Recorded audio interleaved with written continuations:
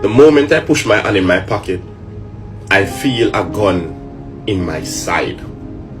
And I feel a ratchet knife in my side. 22nd of February 2018, a few days after my marriage, I missed death by an inch when 3 men and 1 woman kidnapped me, beat me, and left me to die.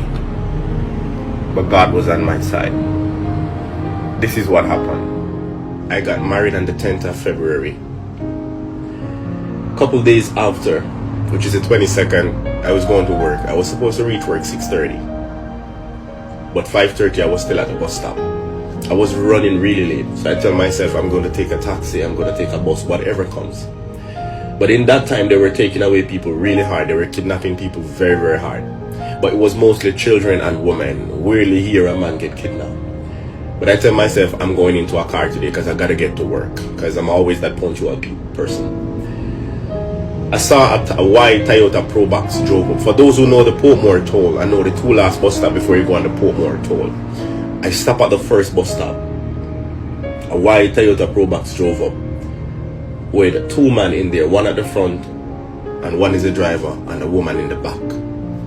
So I said, okay, I'm going in this one. The windows were down, there's a woman in there, so I'm safe. That was my thought. When I went in the vehicle, nobody was communicating, nobody was talking like they know each other, they're familiar with each other. I said good evening, everybody said good evening so politely. They approached the final bus stop. They said town. Another man walked to the car and sit with a bag like he's going to work.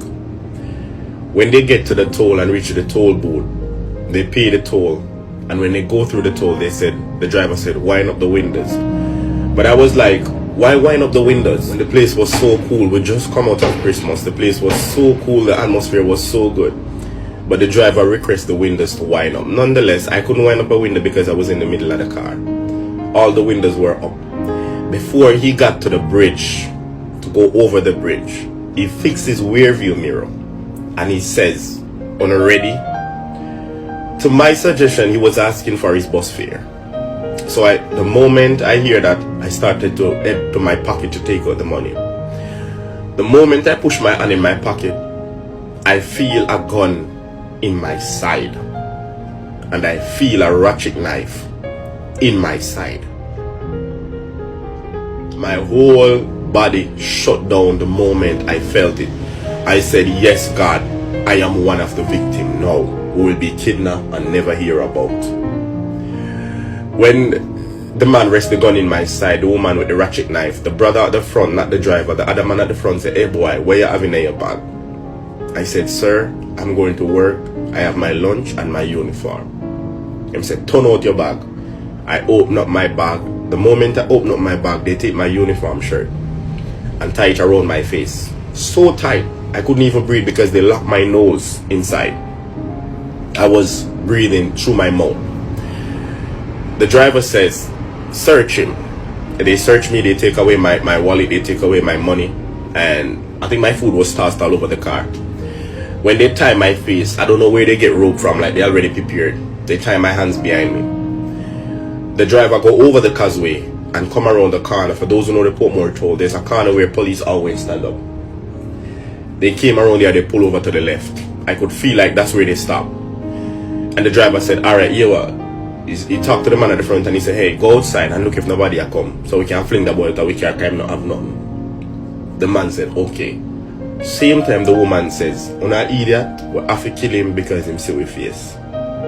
That was the woman's thought. The other man who had the gun beside me said, yo, what true, you know, we can't let the boy because the boy see with face. I could murder him and left him. At that time I was doing no begging. I was not pleading. I wasn't doing anything. I was just sitting down, just wanting them to do what they have to do, because I tell myself that in those times, everybody who got kidnapped and got missing, you never heard of them. They eventually found them dead. So I'm saying, okay, probably I'm one of the victims. No begging, nothing. All thing was going through my mind was my wife that I just got married, and then the worst thing, my wife was pregnant, which I didn't know, because my wife get pregnant on our honeymoon. My mind was on my wife, my mother, my brother, my siblings, every single person. My mind was on. So when the man gets out the car and check if the road is clear, he touched the side of the car and he give them the signal that the road is clear. The driver and the man on my side and the woman on my side, they came out and they pulled me out the car. I don't know where they get all that strength from, but they tossed me over the fence, and the amount of pressure that they tossed me with, I end up close to the seaside. And that's when I know I was close to the seaside. I was in the mangroves, and my hands was tied, my face was covered, and Batlas, what we call them, sandfly, was having the best of me. But I wasn't thinking about the biting or anything. I just want to get out. I was like anything will happen, because I literally gave up. To be honest, I literally gave up. I didn't fight back or anything. I wasn't begging or pleading, nothing. I could hear when they came over the fence, and the driver give them the signal and said, "Hey, don't have to fast before patrol van come." Them said, "Alright." The woman dragged me in the back of my shirt and carried me go under one darker place where the mangrove, where nobody can really see me, because I hear when she said, "Yo, no carry me too close to the end because there's some fisherman out there." So they had me under one tree and in the mud and water, lay down. The man with the gun says, "Yo, how we gonna murder him?" The woman said, "Bust a shot in my head." The man said, "No, we cannot shoot him. If we shoot him, we gonna bring down crowd. It's too much noise." The man with the gun said to the woman, "Ram the ratchet knife in her neck and left him here so make him bleed out. Him can't go move." Ram the ratchet knife in her neck and left him here so make him bleed out. The woman was afraid to do it, so she asked the other man to do it. The man said him nah do it. So it becomes an argument. They started back and forth, who fi do the killing, who fi do this. While I was there on my knee, not begging, just right there. So the man with the gun gets so upset and start taking it out on me. He used his shoes, his foot, and kicked me so hard in my belly, I couldn't even move. I felt like that was a gunshot me get. Literally, I felt like that was a bullet pierced me right there, due to how hard the man kicked me out of hunger, when I wasn't the one contemplating who's going to kill me, because I wouldn't mind they let me go. He kicked me so hard, I rolled over on my back. He stepped in my stomach, I rolled back over on my belly. He said I should kneel up. How the hell am I going to kneel up when you just kick me on my belly and I can't move? The woman grabbed me in the back part of my shirt and killed me up, and I was on my knees. Same time she recognized there was a ring on my finger, and she said, "You know, sister, the boy have on a gold ring." The man with the gun come around and say, "Hey boy, you have one gold ring," and even not tell man say you have one gold. Whoop with the gun in my neck. My neck get swell instant. He was trying to take the ring off my finger, but he couldn't take the ring off my finger, because the ring was so tight. I just got married. The ring was so tight, he thought I was the one muscling up when I wasn't. He hit me on my other side of my neck with the gun. That's when the ring immediately slide off. I don't know where that power, that little lubricant or whatever come for the ring to slide off, but the ring just slide off in I'm hand. But the force when pull the ring with, the ring slip out I'm hand, because he was pulling off the ring with anger, so the ring drop out I'm hand. Him don't know where it drop. Get him mad again. The woman was saying, "Yo, boss is shot in him head and come." They start the argument again. Them cannot do that, them cannot do whatever. The driver signaled them one more time. The man said, "Don't know the fast before the patrol van come." That's when the woman flick out the ratchet knife again. And he calls such man and he say, "Hey, see knife, ram in my neck." The man say, "Yo, me not do it, you know." And him walk off. The one with the gun walk off. And the woman was there standing alone over me. Wanted to do it but afraid. Like she never killed nobody yet. So she kissed her teeth. And she kicked me on my back and she walked off. When she walked off, I was laying there on my stomach. I didn't move for about 15 minutes because I don't want to move and then there's somewhere watch me. So me tell me say me now move, me go pretend like me dead. I lie down flat on my stomach for 15 minutes. While mosquito and battler sandfly was having the best of me in the mud and water and the dark. Having the best of me. For 15 minutes, no movements, no sound. I said, well, them probably gone. I don't know where the strength come from, but I get my hands out the rope. When I get my hands out the rope, I lift my uniform shirt up. The moment I lift my uniform shirt up, the first thing I see was my gold ring. That fell from their hands and they couldn't see. I saw my gold ring. I take it up, I put it in my pocket, and I run straight to the main road.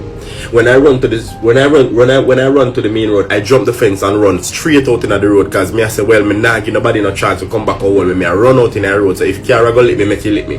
When I run out the road, every car was swinging, going around me. Same time I saw a police car coming and the policeman spot me in the road and turn on the blue light, and he overtake me, go around me, and go about 30 to 40 meters, and he stopped. And he came out and he take out his gun and he pointed it at me and he said, "Hey boy, come out of the road." And come out of the road and I lied up on the sidewalk and he said, "Crawl for your belly, come to me." And I crawl for my belly and he said, "Boy, what you do this? I peep me and want to rap." And I said, "No." That's when tears started coming from my eyes and I said, "No, them just robbed me." Some man just kidnapped me in a car with gun and whatever the case may be, and he asked me some few questions, and he come and he take me up. That's when he realized I was dirty, muddy, and looking like hog. And he take me up and he said, "Where them name whatever?" There was no name whatever, and I could describe them a little bit. And he take me up and he look at me and he say, "Yo, I got them on your side. You know how much people missing and never come back? I got them on your side." And he take me to the Hunts Bay police station. That's where he lodged the report. And while in the station, everybody was like, "You are blessed, youth. You're blessed." When they look how me bruise up and my face swell and blood all about, like everybody was so shocked I came out alive. Because I was a purpose. And purpose cannot die. And I want to say this. I want to give you all this message. The devil cannot kill you before your time. It doesn't matter what they try. They cannot kill you before your time.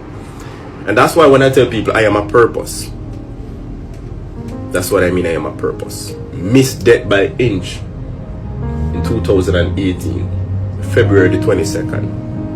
I missed death by an inch. So that's my story of how I am a purpose. God bless you.